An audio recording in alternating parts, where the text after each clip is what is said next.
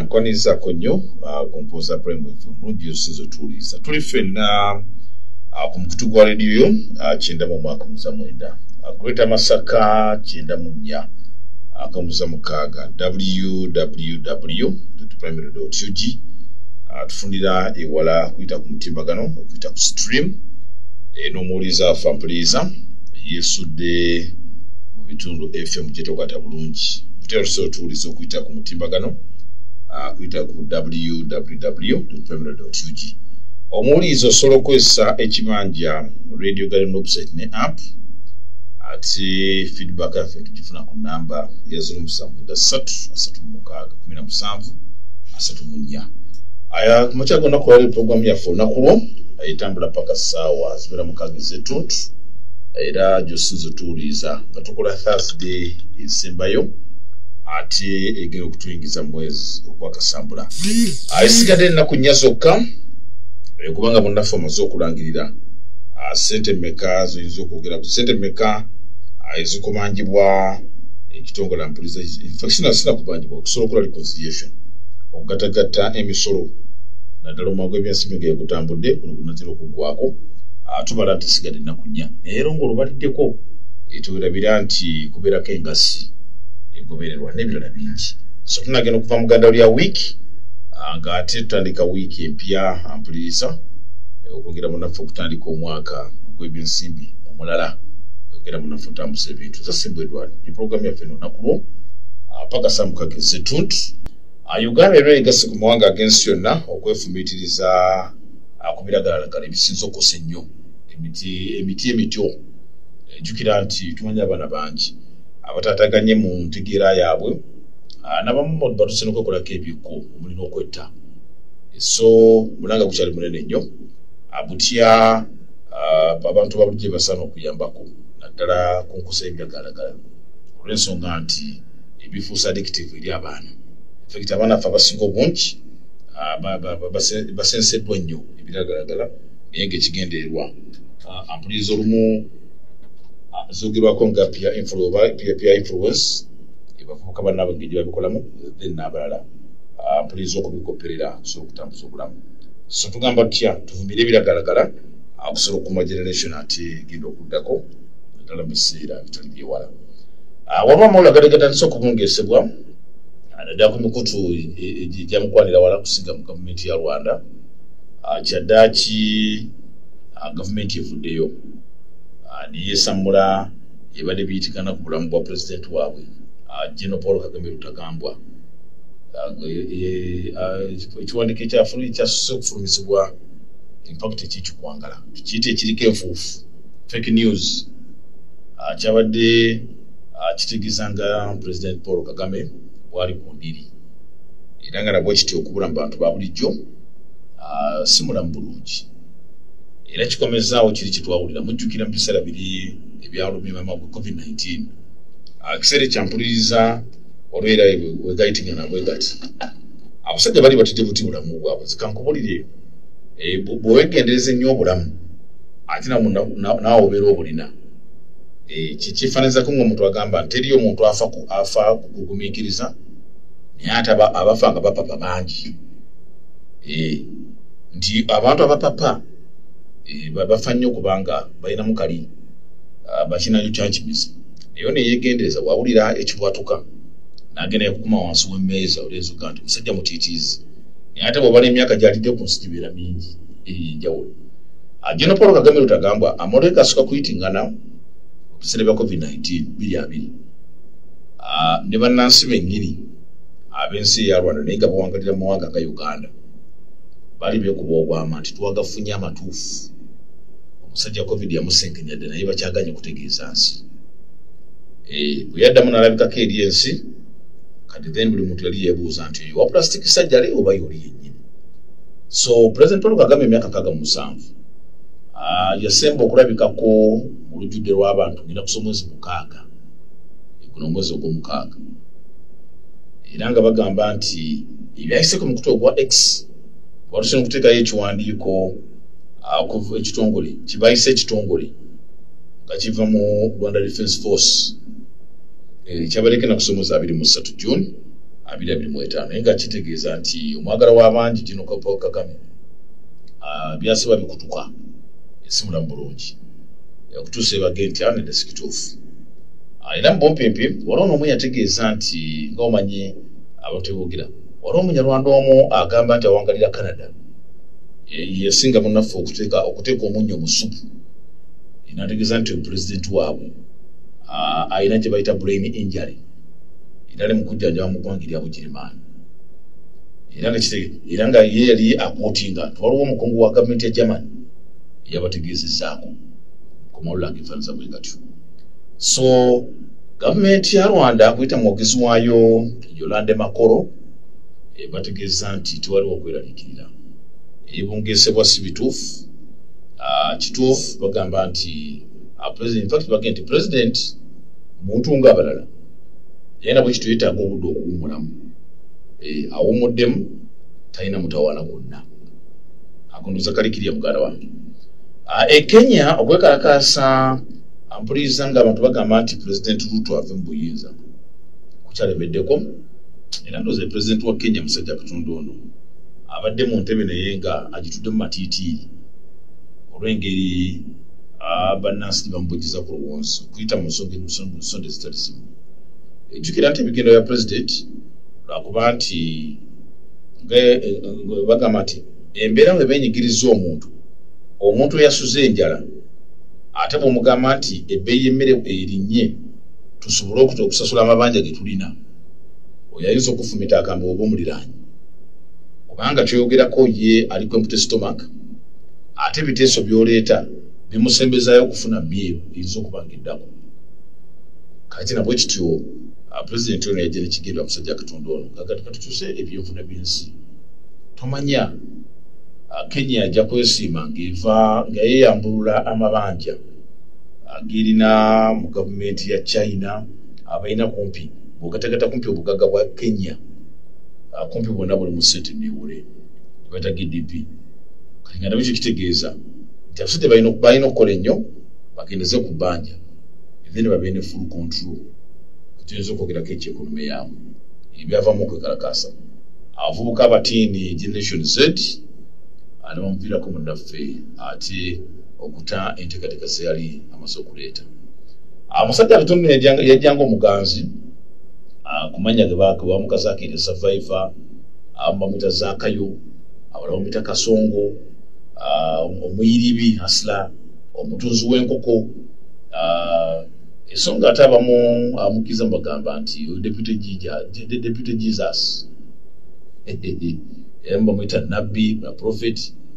Zaakayo n'amannya amalala mangi muganda wange asonga ate mu kwekalakaasa egiyinza okwogerako abamu ate bamukozako era Eli Chapo egwenza okwogerako nti musajja Saabayaga w'eggwanga lya Mexico y'omu ku basajja ab'omutawaana ennyo era nga jjukira kiyinza okwogerako nti bwe yali asuubiza Ruto yasuubiza okuleeta ekyuma abavuga kye bayinza okukozesa okukola capati bukadde na bukadde nga tebakikazaako erya Chapo mu Kenya capati mu Kenya bagita Chapo kati erya Eli Chapo bagatako ekikamu Eli Chapo olw'ensonga nti omusajja yabasuubiza agenda kuleeta ekyuma ekikanda capati nga zifuluma 10,000 abantu bavuga balabike nga beefuna kasente so gavumenti enamuwomera olw'ensonga nti bibeera ng'ebitereera ate ogenda okuwiranga embeera esatu kakati ku ky'omuvubuka egwenza okwogerako buloga yafiira mu kadukulu ka poliisi ku nsonga ezitaategereka nekitegereka nti ssaabapoliisi w'ensi eyo yali teyasanyukira bigambo byamwogerangako kati nga bagamba alina omukono mugejja mutemulamu so n'ebirala bingi dakika zennaye pulezidenti onotono tusuubira olunaku olw'enkya ku Friday amawanga Democratic Republic of Congo ne gavumenti ya Rwanda okuteeka emikono ku ndagaano akiwa mirembe peace agreement endagaano y'emirembe egenda okukomekereza akaleegabikya wakati wa bombiriri Felix Tshisekedi ayinza okuba nga ali ku sikowa kadi olw'ensonga nti abakulembeze b'amawanga mu territorio East African Community baali tebamukoledde bulungi Sadaka yayambako East African Community yayambako naye era natafuna kyera alowooza. Bwe yakubira endulu mu America ng'abagamba nti katuyingiremu gye bayita minerals deal. Mujje muyiguleko bye mwetaaga munkolere ku kutebenkefu. America ng'eriwamu n'ensi eya Qatar kyaddaaki bagenda kutuuka ku lyengedde olunaku olw'enkya. Era nga kiddiridde technical teams oba enkiiko z'abakugu okuva mu gavumenti ya Rwanda ne Democratic Republic of Congo ampuliriza okuteeka emikono ku bbago ly'endagaano erigenda okufundika olunaku olw'enkya 27. Era ekiwandiiko ekyafulumizibwa amawanga gombiriri nga America emaze okubeera ensale mu nteeseganya zino kuba ebiwandiiko bino byonna babiteekerako emikono mu nsi ya America, Washington DC. Kitudde ennaku kati 8. Endagaano eno baagiteekako omukono genda kusa omwezi ampuliriza 18 omwezi gwa Ssebaseka. Kati wetugidde eri waiseko ennaku ampuliriza 8 olunaku olw'enkya bwe kiggwa. So yadambuza ekibuuzo ekyo ate ne munaffe agoberera tusuubira kiyinza okufundikirwa enkya. Ensi ya Qatar eyakava mu kusoomozebwamu ennaku nga 3 eziyise ddaaki ampuliriza njoyinza okwogerako nti yebadde kulembeddemu ekiwendo Simon Ennyabo ekyogezaako okulaba nga mwago 2 gatabagana. Era okwongera okukendeeza akaleega bikya mu gyenzo okuyita Eastern Congo. Era nga jjukira mpuliriza nti Qatar yakikulemberamu naye ng'eyagala kitambule. Kuba mujjukira Qatar yeesoolayo okubeera nakyewa Rwanda ne Democratic Republic of Congo batabagane. Naye ate agenda okukikwatamu waliwo enteeseganya ezazikulembeddwamu João Lourenço President w'eggwanga erya Angola. Era nga musajja Katonda oyo mu kiti kye ye ssentebe w'omukago gwa African Union kifo ekirivolvinga oluvannyuma lw'emyaka 2. So nasawo naga nti kati Angola ekifuddemu President asobola okwenywereza mu nteekateeka ziri ez'okulanga emirembe gibukala naddala mu nsi ampuliriza eya Democratic Republic of Congo. Era kino kisuubirwa nti lwe baagenda e Qatar balina kubeera mu Rwanda mu Angola.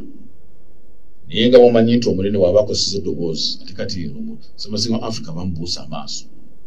So nabwe kityo. So Qatar gye bayita kuteeka emikono ku bbago text gye bayita initial text ya peace agreement ebbago ly'endagaano yakiikibwa mutunuulizi era baamuyita nga observer okubeerawo mu Washington DC ngenda kusoma 18 kuteekako omukono ku ndagaano. Kaakati endagaano eno esuubirwa okuteekebwako emikono yali esuubirwa okuteekebwako emikono bapulezidenti b'amawanga gombiriri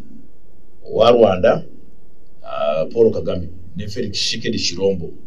Democratic Republic of Congo mu White House makati g'omwezi gw'omukaaga okusinziira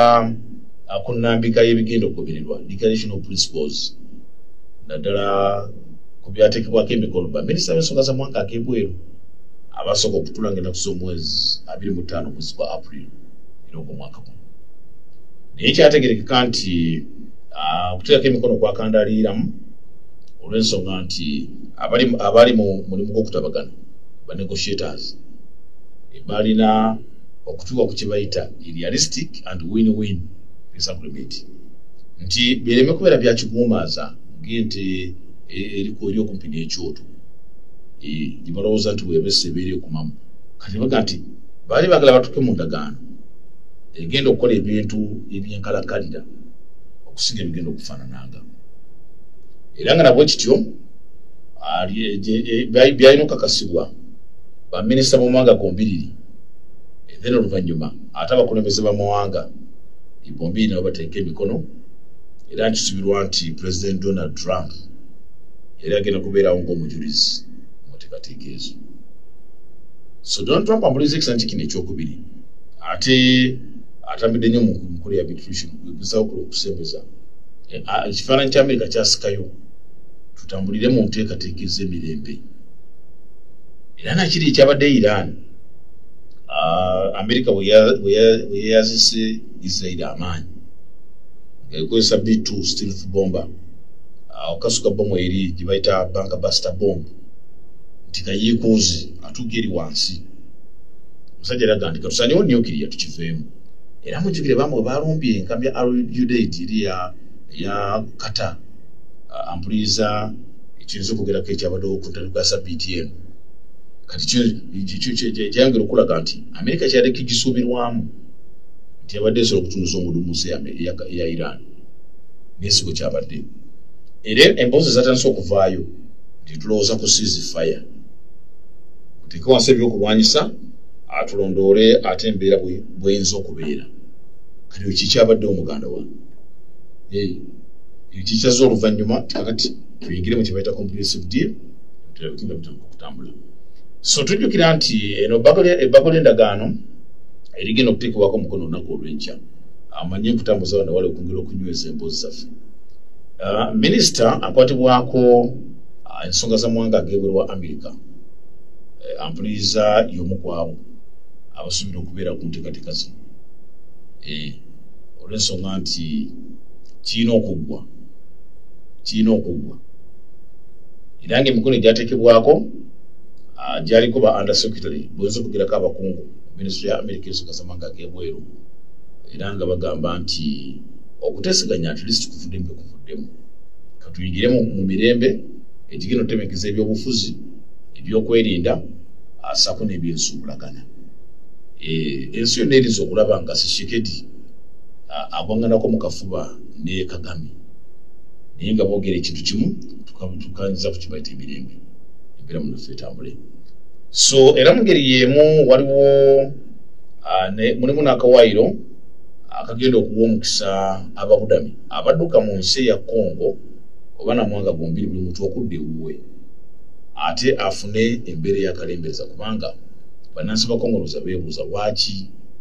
abaza b'ebitundu eby'e Congo n'ebirala bingi so ensi erinze ekibuga Goma kutyabo kigenda okudda mu mikono egya Felix Tshisekedi ne Bukavu Eastern Congo yakubajjukira nti endagaano zino gavumenti yaronda bagingizaamu kyeyali eyita emanju oba okwekekerera addaki amaana ekyabya infact nekkiriza nti enza omusaala kugira M23 ku mbeera ey'okutabangula ensi ya Democratic Republic of Congo naye ku nsonga ezijustifiable kabadde bufunze nnyo bali nnyo okunegattako ate n'okugoberera ebibuuzo byaffe tukyabifuna ku WhatsApp namba yaffe ya 0773361734 so budde bwebutuwa bubeere butonotono naye tugezaawo okuliikiriza buli kabeera kafuniddwawo n'akaseera konna